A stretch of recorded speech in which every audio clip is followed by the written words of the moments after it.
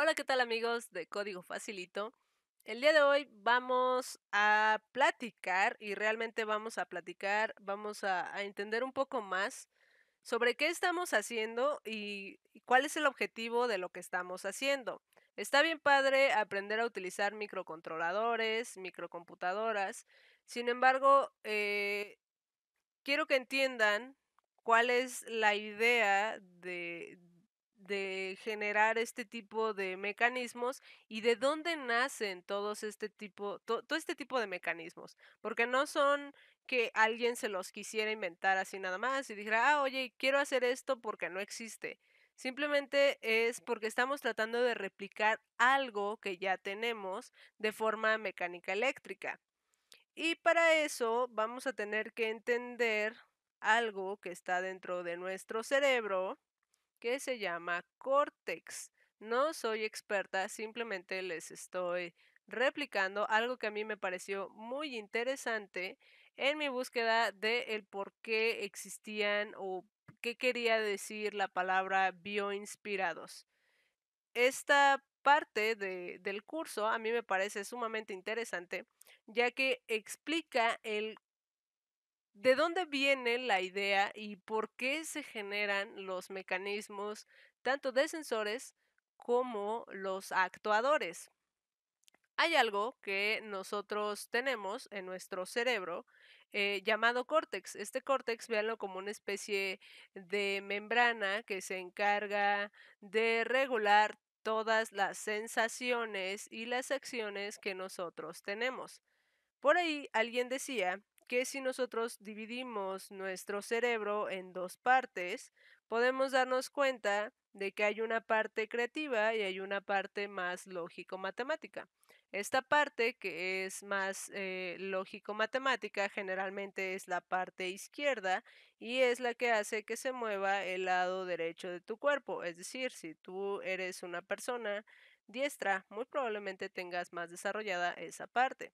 Por el contrario, si tú eres una persona zurda, el lado derecho es el que tengas más trabajado y por lo tanto seas un poco más creativo. Hay quienes dicen eso. En la parte del córtex, la parte izquierda es la parte que se llama somatosensorial y la parte derecha es la parte motora. Si ustedes todavía no entienden la imagen que tienen enfrente, básicamente nos dice que la parte somatosensorial son la lengua, las encías, los dientes, los labios, la cara, la nariz, los ojos, los dedos, las uñas, los brazos, las rodillas, etcétera, y todo aquello que nos puede generar alguna sensación. Y de la parte motora, nosotros tenemos los ojos, tenemos los labios, tenemos la lengua, tenemos los dedos como tal, tenemos los brazos, las piernas, las rodillas. ¿Qué tiene que ver esto con el curso? Muy sencillo. Cuando nosotros estamos tratando de replicar, porque de eso se trata, de replicar lo que ya tenemos para partes electromecánicas, lo único que hacemos es inspirarnos en lo que ya existe. Piénsenlo. Los sensores que son sensores de gas, por ejemplo, están tratando de simular una nariz.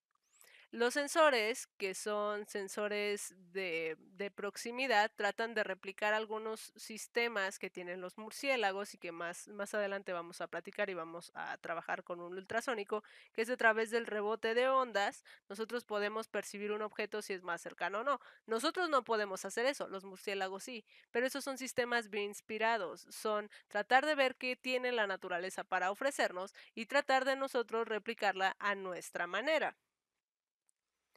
Ahora, eso o este diagrama que yo les acabo de enseñar se llama homunculus, es el somatoma sensorial homunculus. Y esto es traducir a través del córtex, lo que hace es traducir las pulsaciones eléctricas que genera nuestro cerebro en sensaciones que nosotros podemos percibir. Estas sensaciones eléctricas nosotros las podemos manipular cuando tenemos una cirugía cerebral, que normalmente las hacen a los pacientes que están despiertos para ellos poder monitorear. Y es cuando dicen, bueno, es que tuvo un accidente, lo operaron y perdió algunas sensibilidades. Sensibilidad en las papilas gustativas, tal vez, sensibilidad motriz y ya no puede mover sus piernas. Y sorpresa, la columna vertebral que se coordina con el sistema nervioso central, que al final termina en el córtex, es ese conducto o es ese cable de energía y de pulsos eléctricos donde nuestro cuerpo le envía toda la información a través de señales eléctricas a nuestro cerebro y el córtex es el que se encarga de traducirlas en movimientos o sensaciones que nosotros podamos tener. Para ello, nosotros tenemos esta analogía con Arduino. Nosotros le podemos decir, tienes todo un montón de mecanismos y componentes y a través de señales eléctricas hay algo llamado microcontrolador que se encarga de traducir esas señales eléctricas en información.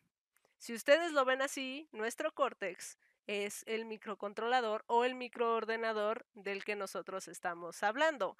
Créanme, después de esta charla ustedes no van a ser los mismos, yo lo sé. Esta forma de percibir la información y de ver el cómo funciona, pues nos da muchas ideas de cómo podemos percibir nosotros el mundo en el que vivimos.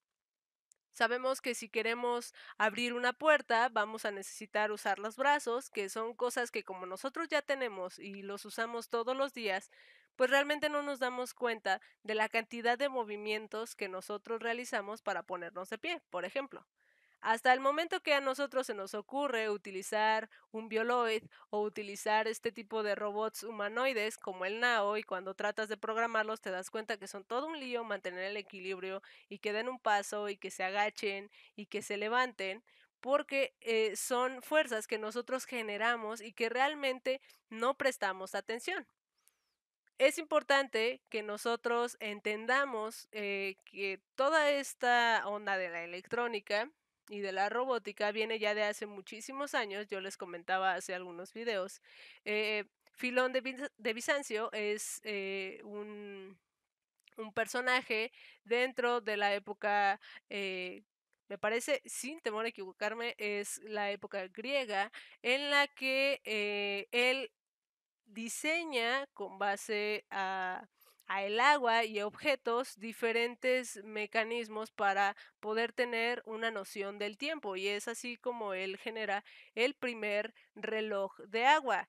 3000 años después tuvieron que suceder para que alguien inventara un reloj mecánico que fuera mucho más preciso de lo que Filón de Bizancio en ese entonces trataba de hacer. El padre de la robótica antigua porque existe, es Herón de Alejandría.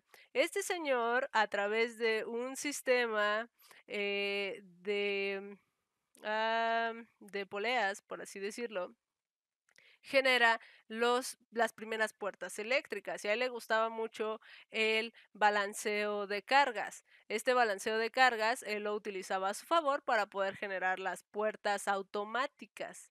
Y él es la primera persona en implementarlas como tal. De hecho, en su ciudad donde él vivía y en su hogar, tenía un dispensador automático de vino en donde él ponía a través de un sistema de levas, eh, ponía el agua en la copa y cuando la copa alcanzaba determinado peso, porque el agua lo llenaba o el vino lo llenaba, pues entonces dejaba de llenarlo y eso los dejaba estupefactos a todas las personas que lo visitaban y que tenían sus reuniones con él. Lo único que hacía era utilizar levas para poder controlar los pesos. ¿Por qué les cuento todo esto? Porque es importante saber de dónde vienen los sensores. Los sensores solamente tratan de replicar los sentidos que nosotros ya tenemos y los actuadores tratan de replicar los movimientos que nosotros ya hacemos. Nosotros como seres con vida. Pueden ser los movimientos de un animal, pueden ser los movimientos de una planta, pueden ser los mecanismos de abstracción que tenga un animal o una planta lo que sea, pueden ser tanto sensado como por movimiento.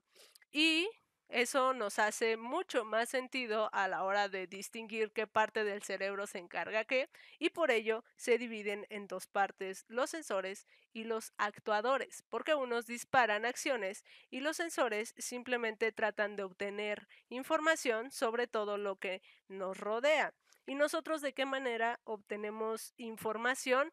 Pues a través de los sentidos, como la vista, y si nosotros vemos la parte de la vista, cuando tratamos de generar vista artificial, en realidad estamos utilizando un actuador. Eh, el sentido del oído, nosotros lo replicamos pues con micrófonos, el sentido del tacto, pues con estos sensores no solo táctiles, sino también capacitivos. También tenemos la nariz a través de los sensores de gas, por ejemplo, en donde nosotros tratamos de saber cuáles son los elementos que abundan en nuestro medio ambiente, y los sensores del gusto, por ejemplo, y me van a decir, no, no tenemos, sí.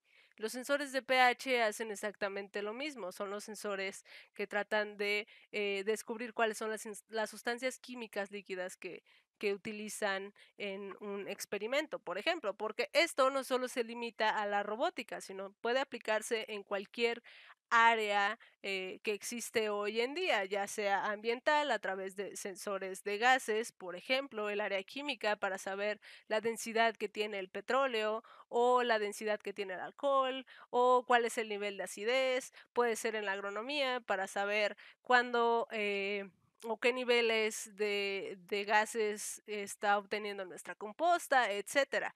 Todo esto está inspirado en lo que nos rodea. Y eso es importante al momento de nosotros comenzar a trabajar con este tipo de dispositivos, sensores y actuadores. Nosotros habíamos estado trabajando otros que nos notifican qué es lo que está sucediendo. Ya utilizamos un buzzer, ya utilizamos los displays tanto de 7 segmentos como LCD, trabajamos también con los botones pulsadores. Sin embargo, los sensores y los actuadores son quienes les van a dar realmente vida a nuestros mecanismos.